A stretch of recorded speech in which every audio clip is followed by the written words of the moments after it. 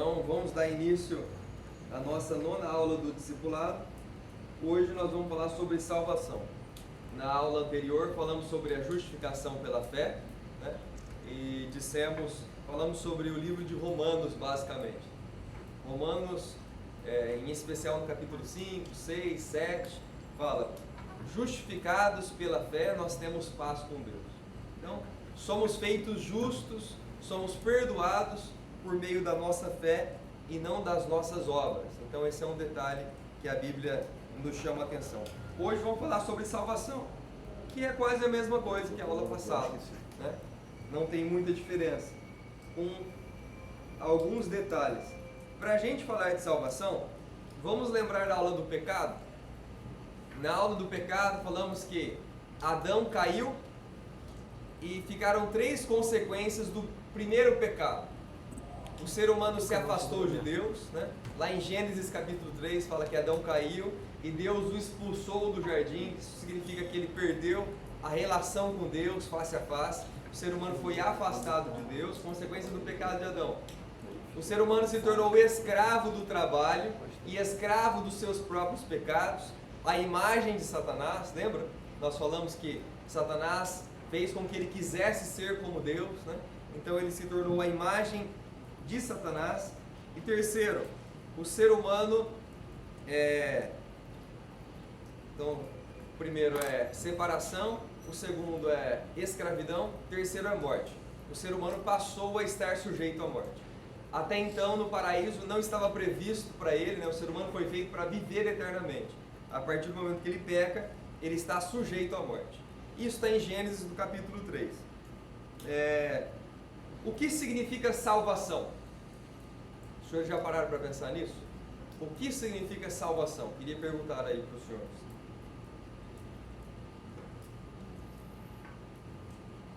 Salvação.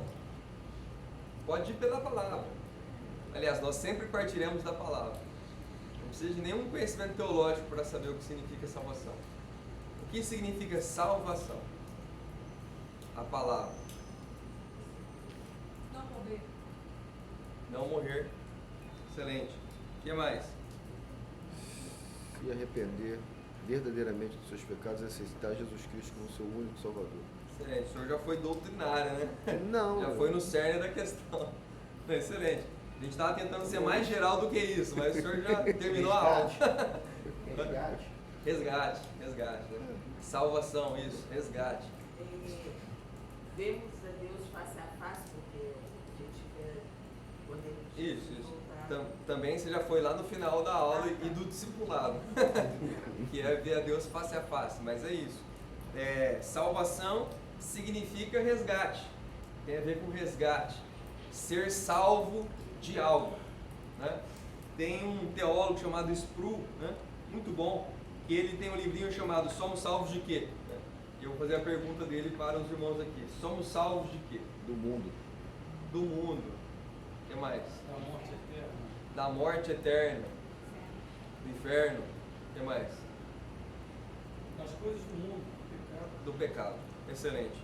Então, a salvação, ela é basicamente salvação do pecado, a salvação bíblica, né? Então, somos salvos do pecado, das consequências do pecado de Adão, que é a separação de Deus, a escravidão e a morte. Então, isso resume a salvação. Isso significa que nós temos pelo menos três estados de salvação, vamos dizer assim. 3 manifestações da salvação. A salvação do pecado, o perdão dos pecados. Nós temos a salvação da escravidão, que é a santificação, e a salvação do corpo e da morte, que é a vida eterna. A salvação, ela é um processo que começa com o perdão dos pecados e termina na vida eterna. Então, primeiro, dizia o Lutero, hoje a memória está ruim, né? Dizia o Lutero, né, que o aspecto inicial da salvação é a justificação pela fé, que nós falamos na aula passada.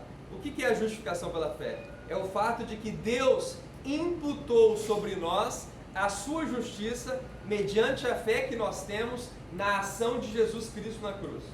Então, justificação pela fé. Deus imputou sobre nós a sua justiça, a retidão da lei, mediante a nossa fé na obra que foi feita por Jesus Cristo. Então, a salvação implica Deus Pai, a ação do Filho e a nossa fé.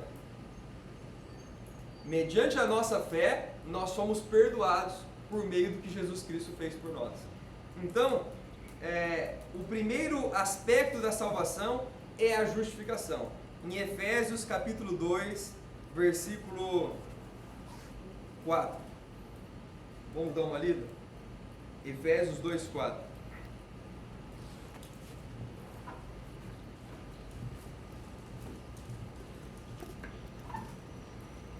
Diz assim, mas Deus...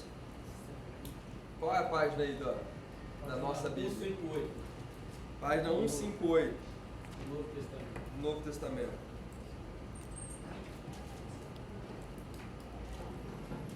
Mas Deus, sendo rico em misericórdia, por causa do grande amor com que nos amou, estando nós mortos em nossas transgressões, nos deu vida juntamente com Cristo.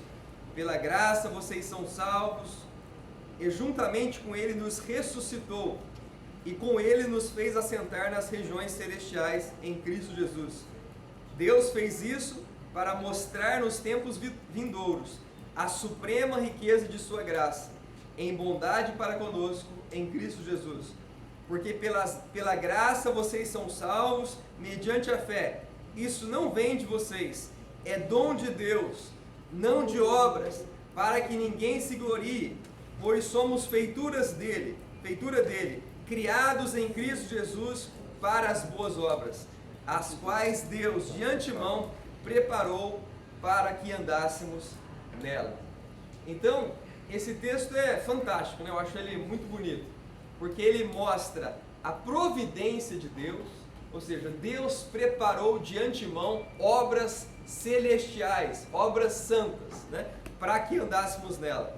Mas nós, como nós falamos na aula anterior, nós que somos escravos do pecado, vendidos como escravos ao pecado, como diz o apóstolo Paulo em Romanos, no capítulo 7, né? O bem que eu quero fazer eu não faço, o mal que eu não quero está sempre diante de mim. Miserável homem que sou, quem me livrará da morte? Dou graças a Deus por Jesus Cristo, né? Que Ele me livrou. Aquilo que era impossível à lei, Deus o fez enviando o seu Filho. O que era impossível à lei? Justificar-nos, né? Mas Deus nos justificou, nos perdoou por meio de Jesus Cristo. Então, esse texto vai falar assim: pela graça somos salvos mediante a fé. Isso não vem de vocês, é dom de Deus. Não vem de nós, não vem de vocês, para que nós não nos gloriemos, pois somos feitura dele. Ou seja, o que o texto está querendo dizer é que pela graça, pela misericórdia de Deus, pelo ato de Deus que nós não merecemos, nós somos salvos. Nós não somos salvos pelo que nós fazemos. Nós não somos salvos pelo cumprimento da lei. Nós não somos salvos por qualquer coisa humana, mas pela graça de Deus, mediante a nossa fé. Tudo bem até aí? Então, continuamos as perguntas. Como Deus salva o ser humano? Por meio de sua graça, né? Então, a obra que nos salva, perdoa os nossos pecados, é a obra de Jesus Cristo na cruz. O que significa graça? Isso daí é lição da nossa escola dominical. Favor, misericórdia de Deus por nós, sem que nós mereçamos. Misericórdia. Graça é a materialização do amor de Deus, né? Quando Deus nos ama, percebemos, né? E esse amor se materializa em alguma ação, isso é graça. Dissemos na aula de criação, Deus nos criou por causa de sua graça. Deus planejou tudo por causa de sua graça. Dissemos na aula do mal, Deus permitiu o mal e deixou Satanás no Éden por causa de sua graça e amor. Tudo é por causa de sua graça e amor. Então nós estamos pensando nessa linha que até o mal faz parte da graça, da misericórdia e do amor de Deus pelas nossas vidas. Então, graça é aquilo que Deus faz por nós, por sua livre vontade de amor, sem que nós tenhamos qualquer tipo de merecimento. Ah, pastor, mas eu penso que tudo eu devo merecer. Isso do ponto de vista humano, do ponto de vista militar. Nós estamos falando de Deus, nós estamos falando de uma justiça inalcançável a nós, né? Ah, pastor, mas eu não creio que eu sou o pecador, né? Então é muito comum isso.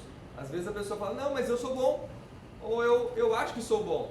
Uma vez eu estava falando com um coronel, hoje ele está à beira do batismo da Força Aérea, e ele falou assim, olha, eu fui o 01 na África, eu fui o 01 aqui, eu fui o 01 ali, e você vem na minha sala para falar que eu não sou bom? Ele tomou um susto, né? Eu falei, não, coronel, de maneira nenhuma iria falar isso contra o senhor, né? Mas a Bíblia diz que nós, seres humanos, não somos bons. Quem somos nós diante de Deus? E ele ficou encucado com aquilo, até que depois ele falou assim, não, Emílio, realmente, né? Nós não somos nada. Quem somos nós diante de Deus? Porque basta um tempo de reflexão, de oração, para Deus nos convencer da nossa própria pecaminosidade. Dizia o Santo Agostinho, né, que não existe nenhuma verdade mais evidente à razão do que a verdade que somos pecadores, né? Basta nos confrontarmos com a lei, né? Jesus diz que a nossa palavra, que a vossa palavra seja sim, sim, não, não. Quem é que consegue viver com tanta... Nós militares até tentamos, né? Mas com tanta precisão, com a palavra tão perfeita como sim, sim, não, não de Jesus. Jesus disse, apenas cobiçar a mulher do próximo já comete adultério com ela do coração. Quem é que nunca cobiçou uma mulher, ou um homem, seja lá o que for, do próximo? Jesus falou tantas coisas que são pesadas para nós. Se guardar uma maguinha do coração, né, dizia o apóstolo João, aquele que odeia o seu irmão ou é magoado com o seu irmão, comete homicídio, né? Já é um homicida. Quem é que nunca cometeu um homicídio interno, né? Vamos dizer assim. Quem somos nós diante de tão severas leis, diante dessa justiça apurada de Jesus Cristo? Dizem alguns importantes teólogos do Novo Testamento que o Sermão do Monte, aos olhos humanos, é impossível de ser realizado, cumprido. Contra a cultura. É contra a cultura. Sedes perfeitos, assim como o Pai Celestial é perfeito. Felizes os pobres de espírito, humildes de espírito, porque deles é o reino dos céus. Alegrai-vos e exultai quando vos injuriarem e mentindo disserem todo mal contra vós, que grande é o galardão seu no céu. Quem é que vive isso tranquilamente, né? Fica feliz porque está sendo perseguido, né? Felizes os que choram. É como Paulo diz, né? Que sinto prazer nas injúrias. Então, sinto prazer nas injúrias, nas perseguições. Isso não é normal. Isso não é normal, né? Ou seja, isso exige fé. O interessante, né, que eu estava vendo um debate de um ateu, participava lá do debate, e ele falou que era bom, ele não cria em Deus, e ele acreditava que era bom, porque ele vivia de acordo com princípios. Aí o pregador que estava no debate perguntou, hein, quais princípios? Aí ele falou, os judaicos cristãos. então você segue a Deus. Aí o cara não sabia o que falar. E o pior é que esses princípios nos condenam. O apóstolo Paulo fala, a lei diz, não cobiçarás, mas eu encontro em mim cobiça. Quem está dizendo isso é o autor de 13 cartas do Novo Testamento, é o maior evangelista que já existiu na história da humanidade. O maior dos pecadores. E o maior dos pecadores. Porque se não fosse o apóstolo Paulo, ninguém aqui conheceria a Bíblia.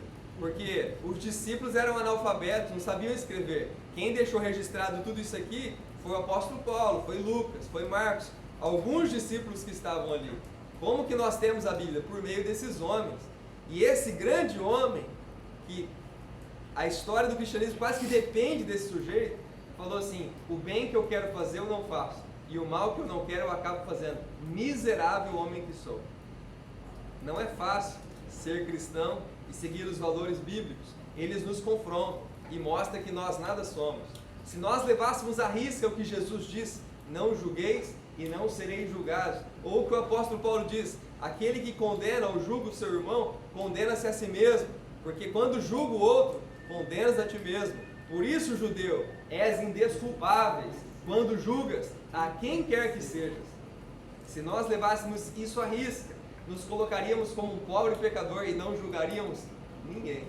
E eu estava estudando sobre essa palavra, quando Paulo fala que o mal que ele quer, esse que ele faz, ele não era novo convertido, não. Que a Não. gente, às vezes, diz, não sou novo convertido, por isso que eu era assim, não. Ele já uma tinha desculpa um bom fácil. tempo de crente. Ele estava em Ele Roma. tinha essa né? dificuldade. Com certeza, ele estava em Roma, na última viagem missionária. É isso. Então, o que significa salvação? Né? Salvação indica que alguém está em condenação e escravidão e precisa ser liberto. Essa libertação a Bíblia chama de salvação. Liberto do quê? Liberto da distância de Deus, liberto da escravidão do pecado e liberto da morte. Então, estou chamando aí de salvação como um processo que se inicia na justificação. O primeiro passo desse processo é o perdão dos pecados. É nessa ótica que nós estamos compreendendo a salvação. Somos salvos de quê? Dos pecados e das consequências do pecado original. Aquilo que já falamos, da morte, da escravidão e da separação. Como Deus nos perdoa e nos livra da separação? Hebreus no capítulo 10 fala: entremos com confiança no trono da graça. Ou seja, sabemos disso, né? O véu se rasgou e por causa disso nós temos livre acesso ao Pai. Antigamente, os judeus precisavam fazer um sacrifício, então pegava-se o principal cordeiro. Quando não tinha condições de dar um cordeiro, o cordeiro tinha que ser novo, sem defeito, sem máculas. Quando não tinha como dar o cordeiro, o que eles faziam? Levava 2 pombinhas, né? Mas no Novo Testamento, Jesus assume a função de cordeiro pascal, né? Inclusive, o próprio sumo sacerdote reconhece Jesus, né? Ele mata Jesus, mas ele reconhece Jesus como cordeiro pascal. Então Jesus, como dizia João Batista, é o cordeiro de Deus que tira o pecado do mundo. Se Jesus é o cordeiro de Deus, um só sacrifício, como dizia o autor de Hebreus, é suficiente para o perdão dos nossos pecados. E por meio do sacrifício de Jesus, nós podemos ser perdoados. Então o apóstolo João fala: filhinhos, eu vos peço para que não pequeis, mas se pecarem, temos um advogado junto ao Pai, Jesus Cristo. Ele é a propiciação pelos nossos pecados, e não somente os nossos, mas pelos pecados de toda a humanidade. Tudo bem? Alguém tem dúvidas ou objeção contra isso? Isso é o básico da nossa fé, é o mais fundamental da nossa fé, né? Se nós pensarmos que a salvação não é pela fé ou pelas obras, a gente corre o risco de virar judeu ou de colocar muita força em nossas obras, né? Ou de dizer assim, Jesus fala assim: eu não vim para os sãos, mas para chamar os pecadores ao arrependimento. Se alguém pensa que merece a salvação ou que é salvo pelas suas obras, está falando assim para Deus: eu não preciso de ti, Jesus. É isso que eu ia falar. Quando termina a frase, para que ninguém se glorie, porque isso é que levou Satanás a ser a raiz de todo o mal. Com certeza. Então, quando a gente acha que pelas obras a gente consegue ser salvo, a gente já diz que não precisa novamente de Deus. Essa é uma das artimanhas de Satanás para nos afastar de Deus. Perfeito. A próxima pergunta seria: por que não somos salvos pelas obras? A resposta é essa. Desculpa aí, tá? Não, para que ninguém se glorie.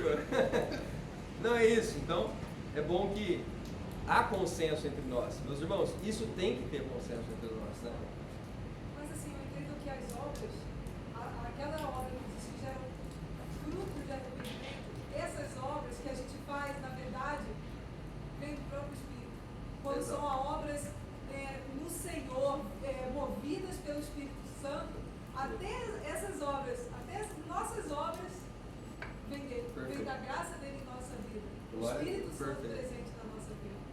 Sem ele, nada podemos fazer. Excelente, excelente, exatamente.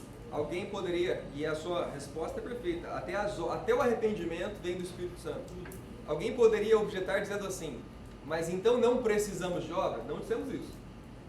Dissemos que a salvação é por meio da fé, por meio da graça de Deus, mediante a nossa fé. Fomos criados para boas obras. Exato.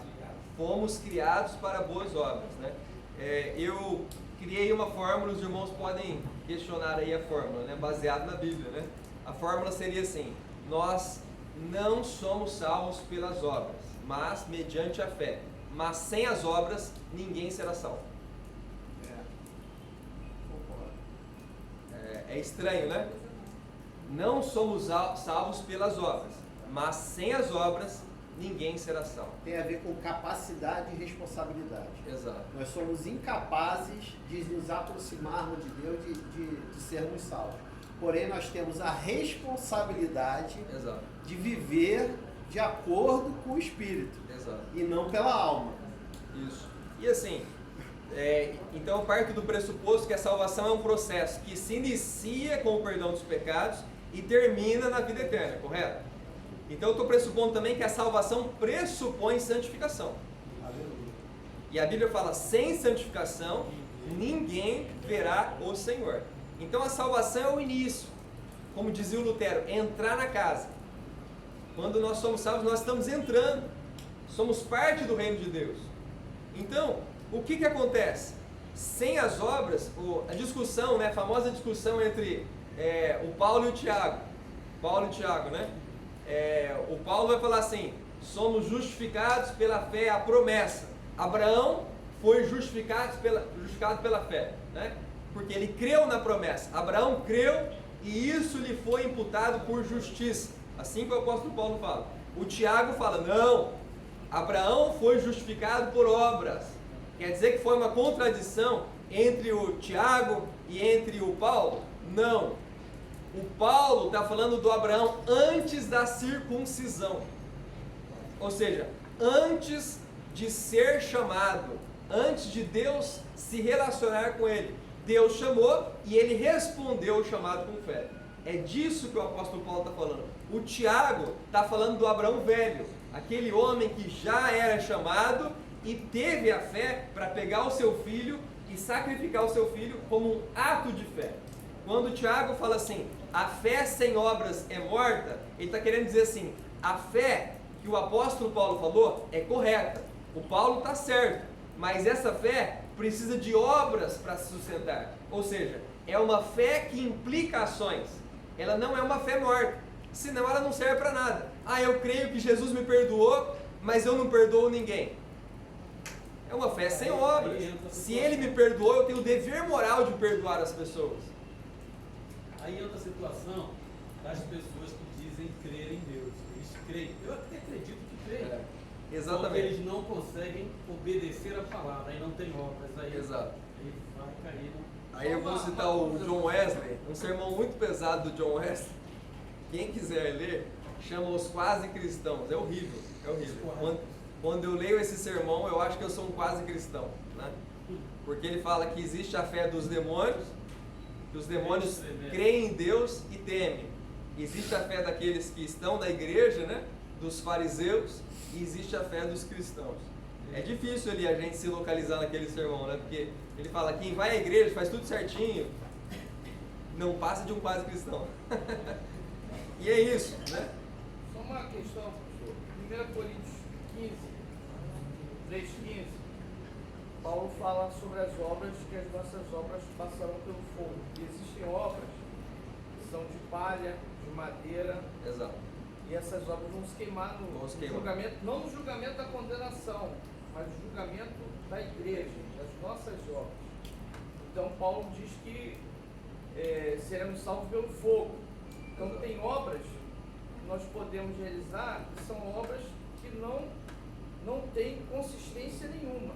Todavia, pela graça de Deus, Paulo fala que mesmo assim seremos salvos pelo fogo. Então, quer dizer, a salvação ela tem muito mais a ver com a graça do que as obras, porque as nossas obras elas podem não valer nada para Deus. Eu não quero ficar no céu chamuscadinho, não. Eu estou Quero tentando me limpar antes, pensar no sentido de salvação como perdão dos nossos pecados. Primeiro passo da salvação, perdão dos nossos pecados, o batismo, o novo nascimento ali, quando nascemos de Deus no batismo, início da salvação. Eu estou pensando na salvação como um processo, né? Agora, se no meio desse processo nós decidimos viver deliberadamente no pecado, como quem não ama Deus, como quem não crê em Deus, eu não posso dizer que essa pessoa está salva. Né? Ah, a Bíblia diz? A Bíblia não, a Bíblia fala: se deliberadamente viveres do pecado, depois de haver te conhecido, pleno conhecimento da graça de Deus, não resta sacrifício para a condenação. O que é pesado essa fala de Hebreus, né? Hebreus capítulo 10, Hebreus, vamos dar uma olhada. A memória hoje está mais desgastada. 5 minutos. Hebreus capítulo 10.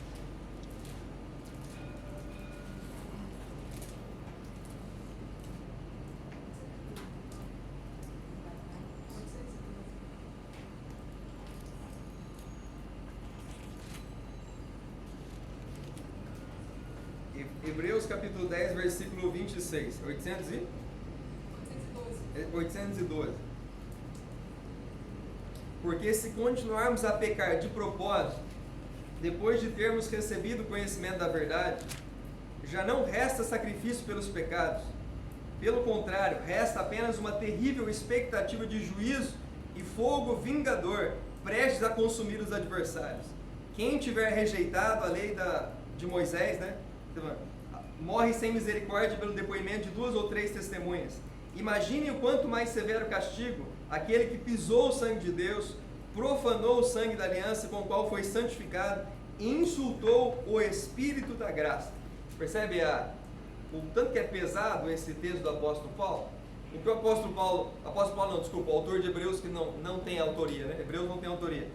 Mas o autor de Hebreus está querendo dizer aqui que nós temos que guardar, versículo 23, guardar firme a nossa confissão sem vacilar.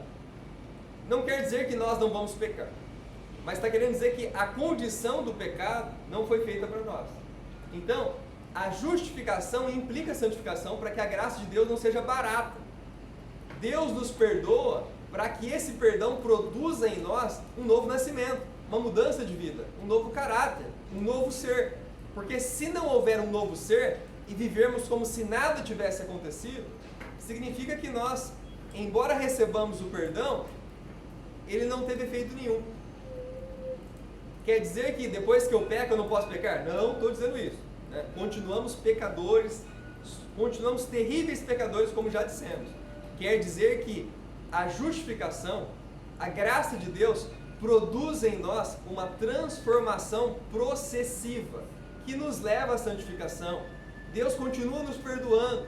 Aonde diz que Deus continua nos perdoando? O apóstolo Paulo fala, né? Tendo sido justificados pela graça, logo muito mais agora seremos por ele salvos. Deus continua nos amando, continua nos perdoando. Ele vai continuar, a misericórdia dele é infinita. Mas, se nós, mesmo assim, decidirmos deliberadamente nos desviar, nos viver longe dele, tem que tomar cuidado com isso. Porque pode ser que não reste mais sacrifício para os nossos pecados. Então é bom não desviar não, né?